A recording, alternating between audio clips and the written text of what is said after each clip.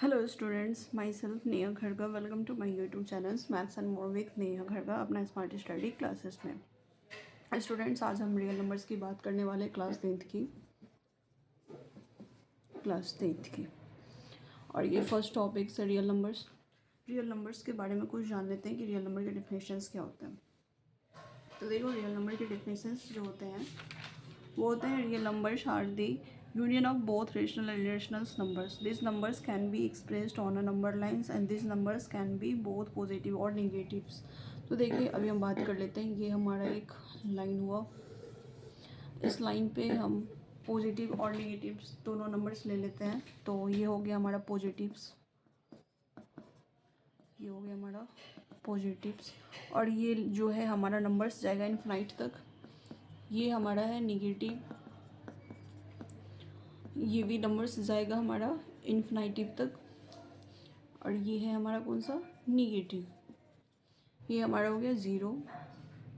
इसमें बोला जाता है कि real numbers are the union of both rational and irrational number. मतलब इस रियल नंबर में हमारा बोथ जो नंबर्स जो होंगे वो रेशनल और इरेशनल नंबर होंगे। रेशनल नंबर कैसे होते हैं जान लेते हैं। रेशनल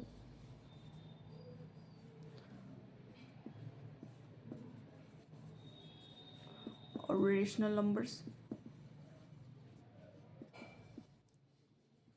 तो रेशनल नंबर हमारे हाफ में होते हैं 1/2, 3/2, 4/7। ऐसे नंबर्स को हम रेशनल नंबर कह सकते हैं।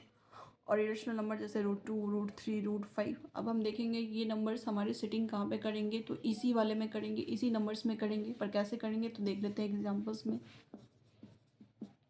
देखो, ये 1 है, ये 2 है ना। तो इस दोनों के बीच में जो गैप है, जो डिस्टेंस आप लोगों को दिख रहा है, इसी गैप के बीच में डिस्टेंस जो है, इसी में हम क्या करेंगे 1/2 ऐसे नंबर्स को भी शिफ्ट करते जाएंगे। जैसे √2 ऐसे नंबर्स को शिफ्ट किया जाएगा। तो ये जो हमारा रेशनल नंबर इरेशनल नंबर्स भी है, वो 2 से 3 के बीच हो या 3 से 4 के बीच में हो, 4 से 5 के बीच में हो या 5 से 6 के बीच में हो, जहाँ पे भी हो, ये जितने गैप आपको दिखते हैं। और यही रेशनल नंबर इरेशनल नंबर आपको अगर -1/2 हो, -3/2 हो, -4/7 हो, या -√2 हो, -√3 हो, -√5 हो, ऐसे संख्या आपके जो नंबर्स होते हैं वो कहाँ सिटिंग करेंगे, ये माइनस वाली साइड पे सिटिंग करेंगे। और जो विदाउट माइनस में हो वो आपके पॉजिटिव साइड आपको सिटिंग करवाएंगे हम। तो ये चीज़ें हो गई आपकी रेशनल और इरेशनल नंबर। पर किस चीज़ के बीच में सेटिंग करवाएंगे, तो इस दोनों के जो गैप के बीच में इनफाइनाइटिव तक जो नंबर्स जाते हैं उस दोनों के बीच में जो गैपिंग आते हैं, ऐसे ही गैप के बीच में हम इस रेशनल और इरेशनल नंबर को शिफ्ट करवाएंगे। ये तो हो गया। चलिए अब कुछ बेसिक चीज़ें जान लेते हैं।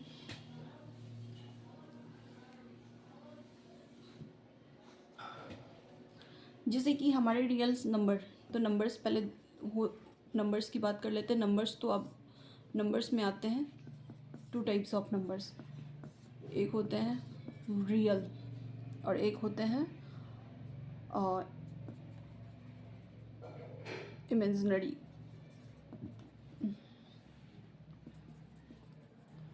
रियल नंबर और एक इमेजिनरी नंबर। रियल नंबर में तो हम लोगों ने जान ला -1, -2, -3, -4, ये सारे नंबर्स आते हैं। 1/2, 3, 4, 5 ऐसे नंबर्स √2 में ले लो, माइनस में ले लो, ये सब नंबर्स आते हैं। और इमेजिनरी नंबर्स में जो हमेशा -√2 मतलब रूट के अंडर माइनस आते हैं, ऐसे नंबर्स को हम इमेजिनरी नंबर्स कहते हैं। ये हो गया। अब हम लोग बात कर लेते हैं थोड़ा सा हमारे रियल नंबर्स कितने प्रकार के होते हैं, मतलब how many types of real numbers. तो रियल नंबर्स जो हैं वो भी 2 टाइप्स के होते हैं, एक रेशनल और एक रेशनल। तो ये होते हैं रेशनल और ये जो होते हैं रेशनल। तो रेशनल नंबर्स में वैसे नंबर्स जो मतलब ऐसे p/q q ≠ 0 में लिखा जाए, तो जैसे कि 2/3, 4/7, जैसे कि 0, 4 ऐसे नंबर। और इरेशनल नंबर जो p/q में लिखा जाए, जैसे 2, √3, √5 ऐसे नंबर। एक चीज़ और जान लेंगे कि आपका जो रेशनल नंबर का जो होता है वो मतलब terminating decimals, non terminating decimals, ये सब चीज़ें जानेंगे थोड़ा सा क्या होता है। मान लो कि अगर पूछा जाएगा रेशनल नंबर में हमारा टर्मिनेटिंग डेसिमल्स होते हैं या नॉन टर्मिनेटिंग डेसिमल्स होते हैं, तो इसमें ये जान लो कि रेशनल में हमेशा टर्मिनेटिंग डेसिमल होते हैं और नॉन टर्मिनेटिंग डेसिमल्स होते हैं। और इसमें जो होगा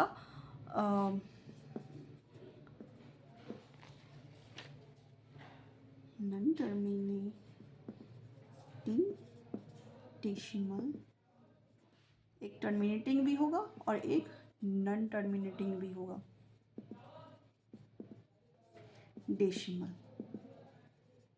इसका एग्जांपल सभी लेके हम दिखा देंगे। और इसमें क्या बोलते हैं, इरेशनल में आपको हमेशा नॉन टर्मिनेटिंग नॉन डेसिमल होगा। हिंदी में इसको कहते हैं सांतावर्ती या सांतावर्ती, और इसको कहा जाता है असांतनावर्ती, ऐसा समझ लो अगर आप ऐसा समझते होंगे तो। फिर इसको हम एक एग्जांपल्स में लेते हैं, जैसे 1/8 है, 2/3 है, √5 है, ऐसा कुछ। तो जैसे कि देख लो, अभी हम 1/8 का एग्जांपल्स में लिए हैं, तो ये इसका करके देख लेते हैं। जैसे 1/8 है, 8 को 1 से डिवाइड दोगे तो यहाँ पे कितना आ जाएगा 1, 8 1 जा 1, 8 1 जा 8, तो 10 में से 8 गया तो 2, 8 2 जा 16, 8 5 जा 40, कट गया।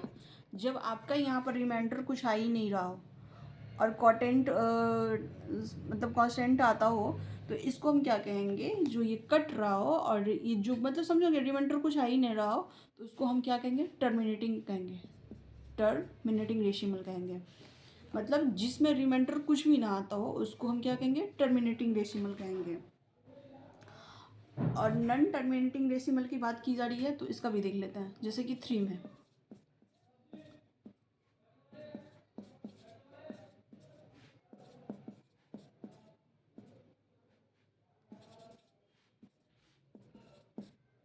देखो यहाँ पे क्या हो रहा है कि नंबर्स जो है आपके रिपीटेड चल रहा है, ये रिपीटेड चल रहा है और नीचे में रिमाइंडर आ ही रहा है कुछ ना कुछ, ये कट नहीं रहा है, ये कुछ ना कुछ आ ही रहा है और कट भी नहीं रहा है। और यहाँ पे जो नंबर्स है वो रिपीटिंग चल रहा है। यहाँ पे क्या था, रिमाइंडर कुछ आ ही नहीं रहा है, कट गया, तो कट गया तो ये हमारा क्या होगा, टर्मिनेटिंग डेसिमल हो गया। और ये जो है हमारा रिमाइंडर कुछ ना कुछ आ ही रहा है और मतलब नंबर जो है हमारा यहाँ पे रिपीटेड चल रहा है, तो इसको हम क्या कहेंगे, नॉन टर्मिनेटिंग डेसिमल कहेंगे। अब नॉन टर्मिनेटिंग नॉन डेसिमल की बात की जाए तो मान लो जैसे √5 को आप कैलकुलेटर पर जब कैलकुलेट करोगे, तो जैसे आप लोगों ने पढ़ा ना ये पेयर वाइज वाले में क्लास 8 में, ऐसे पेयर लेके जब चलते हैं, इसको लगाते हैं, डिवाइड करते हैं 2 से, तो 2 2 जा 4 ऐसा सब कुछ आता है। फिर उसके बाद 5 में से 4 का 008 करते हैं, तो फिर इसको फिर यहाँ पर ये 8 में आप लोग पढ़े होंगे, तो इसका आपको कुछ 2.2 करके कुछ इतना पॉइंट्स में आएगा, तो इसको हम लोग क्या कहते हैं, नॉन टर्मिनेटिंग नॉन डेसिमल्स आते हैं, इसको कहेंगे। तो रेशनल नंबर, इरेशनल नंबर में जो आते हैं terminating decimals, non terminating decimals, और इरेशनल नंबर में जो आपको आएंगे नॉन डेसिमल्स आएंगे। अब हमारा हो गया रेशनल नंबर। रेशनल नंबर की बात कर लेते हैं।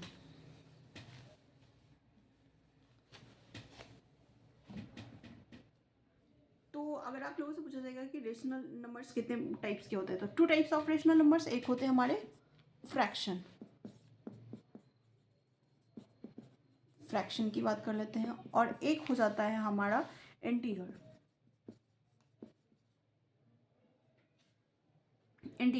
तो फ्रैक्शंस में जैसे हम ये कह लो कि p/q, q not equal to 0 1 में हम इसको लिखते हैं, जैसे कि 2/3, 4/7 और 1/5 -1/5। और इंटीगर को हमेशा हम p/q, q इक्वल टू 1 -3 -2 में, इसको q इक्वल टू 1 में लिखा जाता है, जैसे कि -1 -3 -2 -1 1 2 3 ऐसा ले लो। अब जो हमारा हुआ इंटीगर्स जो है हमारे 3 टाइप्स के होते हैं, मतलब 3 टाइप्स ऑफ इंटीगर्स। एक होता है निगेटिव, एक होते हैं 0 एक होता है पॉजिटिव। आप लोगों को जो रियल नंबर्स के बारे में है बता चुके थे, -1 -2 -3 0 1 2 3, ऐसा समझ लो। सॉरी, ये माइनस में तो माइनस में सिर्फ आएगा, ये 0 हो जाएगा, ये +1, सो मतलब 1 2 3, ये हो गया, ये नेगेटिव 0 पॉजिटिव ऐसे। तो ये चीज़ें हम लोगों ने रियल नंबर्स में जाना था, ये चीज़ें इंटीजर्स में आते हैं। अब हम कर लेते हैं बात हमारे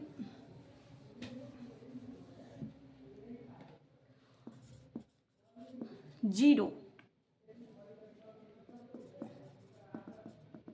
पॉजिटिव मिल के क्या बनते हैं आपके, तो होल नंबर, होल नंबर। और होल नंबर में क्या सब आता है, 0 से पूरा इन्फिनाइट तक जाएगा। ये हो गया। अब कुछ और बेसिक पॉइंट्स जान लेते हैं। जैसे मान लो इवन नंबर, जैसे इवन नंबर में क्या सब आएगा, इवन नंबर में वैसे आए पॉइंट्स आएंगे जो तो खुद से कट सके और सभी को काट ले, मतलब डिवाइड कर दे, +2 +4 +6 +8। अब बात कर लेते हैं ऑड नंबर की। ऑड नंबर की बात कर लेते हैं, ये तो 1 से कट सके या तो खुद से कट सके। अब जैसे कि हम लोग बात कर लेते हैं प्राइम नंबर की। प्राइम नंबर की बात कर लेते हैं, तो प्राइम नंबर में कहा जाता है कि ऐसी संख्या, जैसे कि प्राइम नंबर वैसी संख्या, 1 नंबर्स में बात कर ले, 1 3 5 7, ऐसे नंबर्स को हम लोग क्या कहते हैं, प्राइम नंबर्स कहते हैं। कंपोजिट नंबर, कंपोजिट नंबर मतलब ऐसे नंबर्स 1 4 6 8 10 12, ऐसे नंबर को हम लोग क्या कहेंगे, कंपोजिट नंबर। अब बात कर लेते हैं को प्राइम नंबर की। किस चीज़ की, को प्राइम नंबर, किसकी बात कर लेते हैं, को प्राइम नंबर की। तो को प्राइम नंबर जो होते हैं, जैसे ए एंड बी का HCF जो है कितना है, 1 है। एग्जाम्पल्स में ले लो, 4 9 4 25 2 3। एग्जाम्पल्स को सॉल्व करके, एक एग्जाम्पल्स को सॉल्व करके देखते हैं। 4 1 जा 4, 9 में से 4 गया तो आपका कितना हो गया, 1 मिनट, 4 2 जा 8, 4 यहाँ ले आओ, कट गया। तो ये हमारा इस दोनों का HCF कितना गया, 4 और 9 का HCF हमारा 1 आ गया। और ए और बी, तो ए में हम क्या करेंगे, जो बड़ा हो, मतलब ए हमेशा बड़ा होगा बी से। तो अभी यहाँ पे 4 और 9 दिया हुआ था, तो यहाँ पर अभी हम 9 को क्या मानेंगे, ए, ऐसा कुछ। ये पॉइंट्स हुआ, कहना चाहते थे आप लोगों को। अब हम कुछ और भी पॉइंट्स जान लेते हैं, थोड़ा सा बेसिक पॉइंट्स।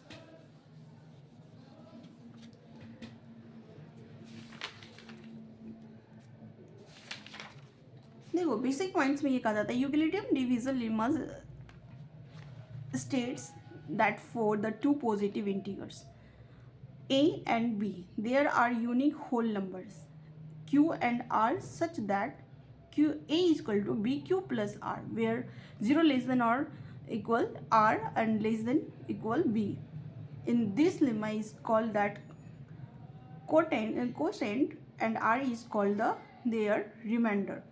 तो दी रिमाइंडर्स की बात की जा रही है, मतलब ये फार्मूला की बात की जा रही है। इस फार्मूला को भी थोड़ा देख लेते हैं, ये क्या है। हाँ, ये हो गया। एक क्वेश्चंस लेके भी चलते हैं, उसी पे बेसिक पे पैटर्न्स पे थोड़ा सा सॉल्व करते हैं। कितना, 66 लेके और 420 लेके चलो। देखो इसको ना एक डिवीज़न जो होता है ना, डिवाइड भाग विधि जिसे कहते हैं, वो रूल्स पे लेके चलते हैं। जैसे आप लोगों ने बचपन में ये तो पढ़ा होगा ना, और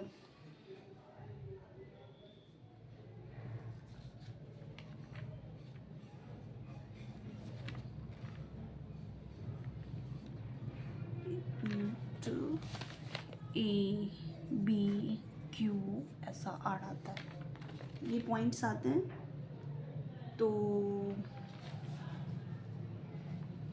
इसको हमेशा डिवीज़र मानना, हो गया, और इसको हमेशा डिवाइडर,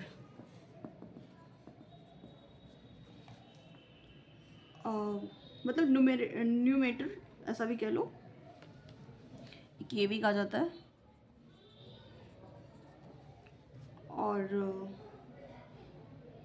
और एक को डिनोमिनेटर, इसको डिनोमिनेटर भी कह लो।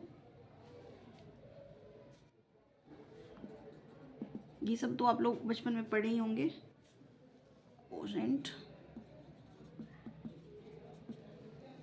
ये बहुत इधर चला गया। और इसको रिमाइंडर कह लो, ये तो आप लोगों ने पढ़ा ही होगा। तो अब यहाँ पे क्या करो, इसको पुट कर दो, ए को क्या माना, बी को क्या माना, ये सब चीज़ें क्या माना, तो आप लोग डाल दो यहाँ पे। तो ए हमारा क्या है यहाँ पे, न्यूमेटर, डिवीज़र कह लो, ये भी कह सकते हो। बी हमारा क्या हो गया, डिनोमिनेटर। और क्यू क्या हो गया हमारा, कोशेंट। और आर क्या हो गया हमारा, रिमाइंडर। हो गया ना। अब क्या करो, 66 और 420 का ऐसे ही कैलकुलेशन करो। देखो करोगे ना, तो इसको पहले कर लो, 66 छक्के ऐसे लगा लो, तो 6 36 के 6, हाथ में 3, 6 36 396। इसको अब इसको माइनस करो इससे, तो आ गया, तो कितना आ गया, 10 में से 6 गया 4, 11 में से 9 गया 2, ये तो कट गया। अब इसको 66 लाओ, यहाँ ये उठा के ले आओ।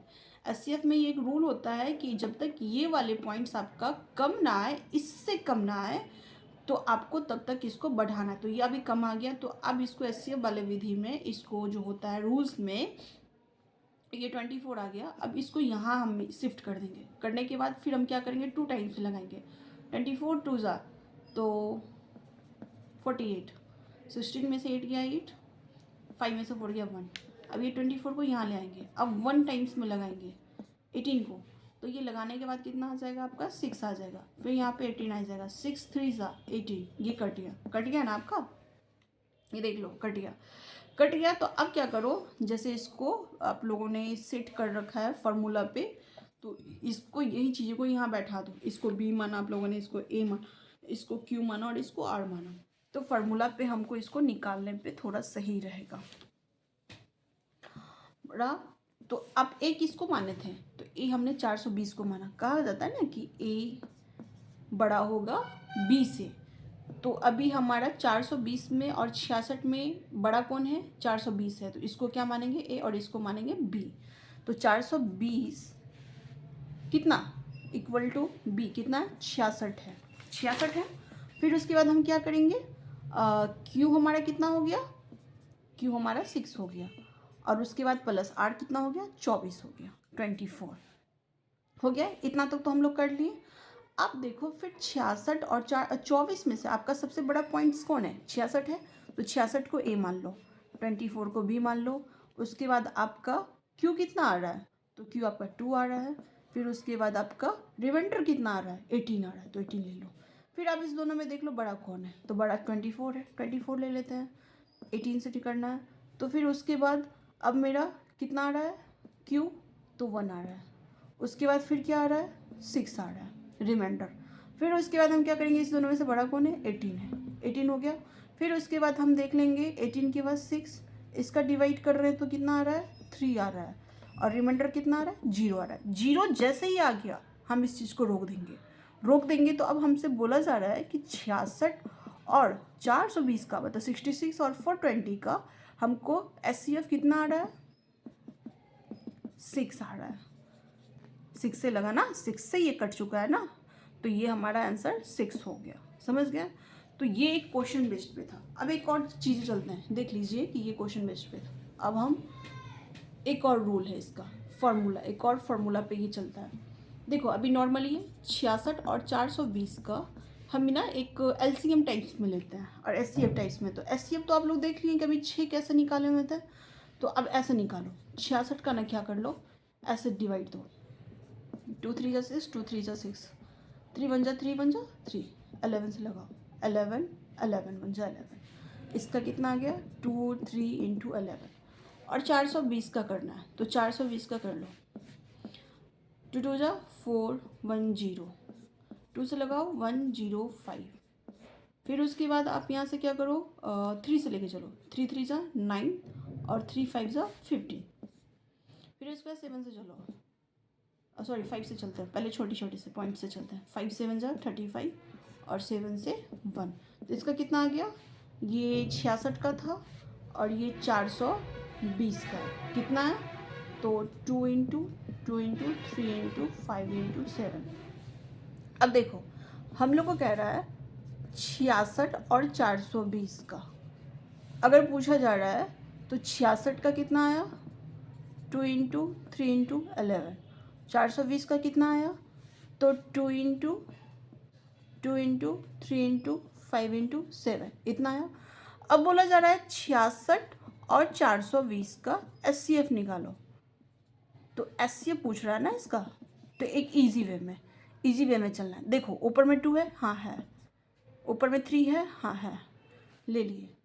11 ऊपर में देखो, ऊपर में 2 है, नीचे में भी 2 है तो ले लिए। ऊपर में 3 था, नीचे में 3 है, हाँ है, तो ले लिए। ऊपर में 11 है, क्या नीचे में आपको 11 दिख रहा है, नहीं है तो नहीं लेंगे। आप नीचे की बात देख लेते हैं, 3 तक तो हो चुका है, नीचे में आप 5 है, क्या ऊपर में 5 है, नहीं है तो नहीं लेंगे। अब नीचे में 7 है, क्या ऊपर में 7 है, नहीं है तो नहीं लेंगे। तो देखो जो ऊपर में जो नंबर्स नहीं है और नीचे में भी नहीं है, मतलब नहीं लेना है। ऊपर में है नीचे में है, वो लेना है। तो इस दोनों का मल्टीप्लाई कर दो, कितना आ गया, 6। तो मतलब 66 और 420 का एचसीएफ कितना आ गया, 6 आ गया। 66 और 420 का एचसीएफ कितना आया, 6 आ गया। अब बात कर रहे हैं एलसीएम की। तो एलसीएम देखो ऊपर में 2 है, ले लिए, नीचे में भी 2 था, ले लिए। अब ऊपर नीचे में 2 था, ऊपर में ऐसा था तो ले लिया। अब ऊपर में 3 है, नीचे में भी 3 था, एक एक ले लिए। एक ही लेना है, ऊपर नीचे को मिला के एक ही लेना है। अगर यहाँ पे रिपीटेड संख्या 2 बार 2 है तो ले लिए 2 बार, एक ऊपर में एक नीचे में भी। अब बाकी संख्या सब एक ही बार है, पर लेना है, ऊपर का भी लेना है, नीचे का भी लेना है। तो 3, उसके बाद 5, उसके बाद 7, उसके बाद 11। अब इसको मल्टीप्लाई करो, 2 2 जा 4, 4 3 जा 12, 12 5 जा 60, 67 जा 420 और 420 को 1 से मल्टीप्लाई करो तो कितना आ जाएगा,